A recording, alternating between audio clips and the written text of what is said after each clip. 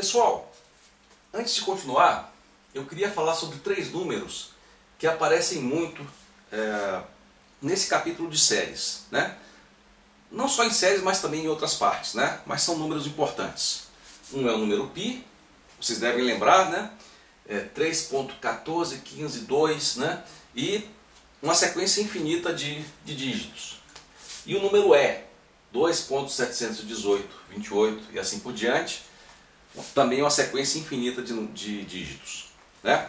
Esses dois números são exemplos do que a gente chama de números irracionais, né? Nós vamos revisar mais tarde o que são esses números irracionais, mas uma das características é essa, né? Você vai com uma sequência infinita de números, né? E isso nunca vira uma dízima periódica, tá? É uma das características desses números, né? São números com comportamento, digamos, excepcional, né? Comportamento diferente do que a nossa intuição diz sobre números, tá? Outro número importante é esse aqui, é o número I, é o chamado número imaginário. Nós vamos falar sobre ele mais tarde também, mas talvez você já tenha ouvido falar, né? O número I ocorre quando você tira a raiz quadrada do número negativo, por exemplo, menos 4. Tá? Até onde geralmente os alunos com conhecimento elementar de matemática sabem, isso aqui não existe. Não existem dois números reais que você multiplicando um pelo outro, o resultado dá menos 4. Né? Mas acontece que, às vezes na matemática, ocorre um fenômeno interessante. Né?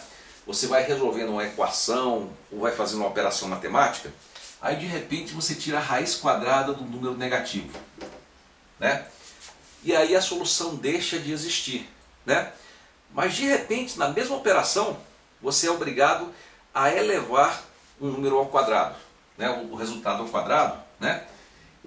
E aí, quando você eleva ao quadrado, esse menos a aparece de novo e existe. E a solução acaba dando certo. Né? Então, isso levou as pessoas a pensar, poxa, será que existe algum conceito de número em que a raiz do número negativo existiria? Bom, e a resposta foi sim. Foram criados os números imaginários. Né? Você pegava o 4, dividia assim, né? Raiz de 4 vezes menos 1. Né? Aí você passava o 4 para fora e você ficava 4 vezes raiz de menos 1. Né? E o menos 1, essa parte, raiz de menos 1, foi chamada de I. Então esse número ficaria 4 vezes I. Tá? Parece estranho falando assim, e na verdade esse conceito é bem mais complicado do que isso. Né? Para construir esse tipo de número que usa o I, um número como 4i, é necessário todo um argumento matemático mostrando que isso funciona na prática. Tá? Mas o que eu queria dizer é que I é um número imaginário. Né? Todos os outros números que não têm I são chamados números reais. Né? Inclusive esse nome imaginário, no número I, foi porque na verdade esses números I por muito tempo não tiveram muita credibilidade. Né? E o nome imaginário foi um nome pejorativo para ele. Né? Mas levou bastante tempo até que os números com I, números imaginários, ganhassem credibilidade na comunidade matemática. Tá? Mas nós vamos ver que as séries também nos ajudam, né, a lidar com esse I, né, com operações matemáticas que envolvem essa entidade estranha. Ok, pessoal. Agora eu queria falar um pouquinho mais sobre por que estudar séries. Né? Aliás, toda essa introdução é um esforço para mostrar para vocês que séries realmente é um tópico muito importante em cálculo. Olha só, imagina que vocês querem calcular o seno de 1,5 graus. Né?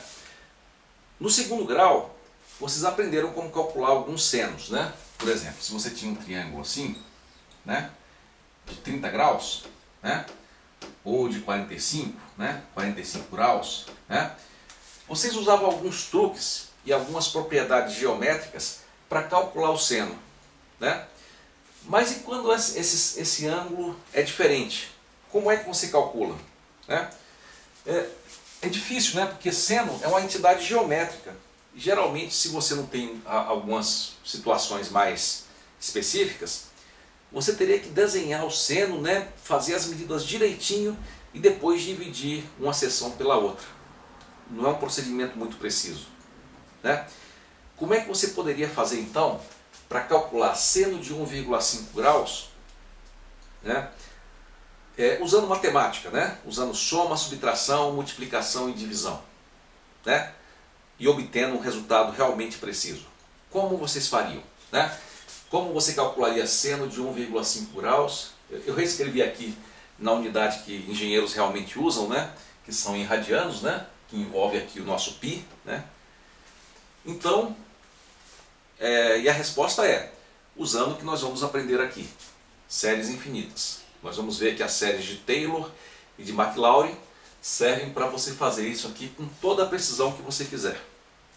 Outro exemplo é isso aqui, o número E, que é aquele número irracional, né? 2,718,28 e uma sequência infinita de dígitos, né?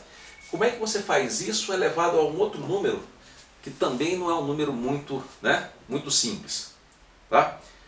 E a resposta para isso, né, vai ser dada aqui também, né, usando séries infinitas. Aliás, nós vamos ver que as séries infinitas, com essa técnica que nós vamos aprender, nós podemos resolver não só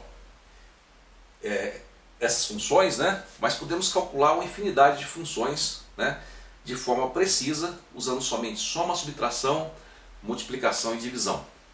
Ok? Então, as nossas séries que nós vamos estudar aqui vão ser extremamente úteis do ponto de vista de computar essas funções. Tá? Mas não só isso, né? Eu não quero que vocês pensem também que as séries só servem como um algoritmo para computar, né? Apesar disso ser extremamente importante. Mas elas também têm um valor teórico muito importante. Por exemplo, nós falamos dos números imaginários, né? O número i, né? Mas aí, com o tempo, pessoal, os matemáticos começaram a se perguntar, será que eu posso aplicar esse i em funções, né? Função como seno, cosseno, e elevado a x, né? Será que é possível? Bom, com o tempo, os matemáticos descobriram que sim, né? O grande matemático Euler, por exemplo, né, descobriu que essa função e elevado a x é possível fazer uma construção matemática de tal forma que isso aqui seja igual ao cosseno de x mais o número i, né, o número irracional, raiz de menos 1, vezes seno de x. E para fazer isso, ele usou as séries infinitas, né, as séries de Maclaurin. Tá? Então, só com as séries, você conseguiu integrar o i de forma mais efetiva na matemática tradicional. Tá? Inclusive, usando essa série aqui, você pode usar um resultado bastante impressionante. Eu quis colocar aqui porque é muito bonito, né? Numa só equação, você misturou talvez os 5 números mais célebres, né, da matemática. 0, 1, o e, o i e o π. Né? Eu sempre achei isso bem interessante, né? O e e o π são dois números que aparentemente surgiram de problemas diferentes, né, e não relacionados, mas você vê nessas equações que eles têm uma relação clara. Tá? Essas coisas aqui, na verdade, vocês vão estudar um pouquinho mais para frente num curso de variáveis complexas. Tá? Mas nós vamos discutir rapidamente, em aulas mais para frente, como é que surgiram essas equações aqui. Tá?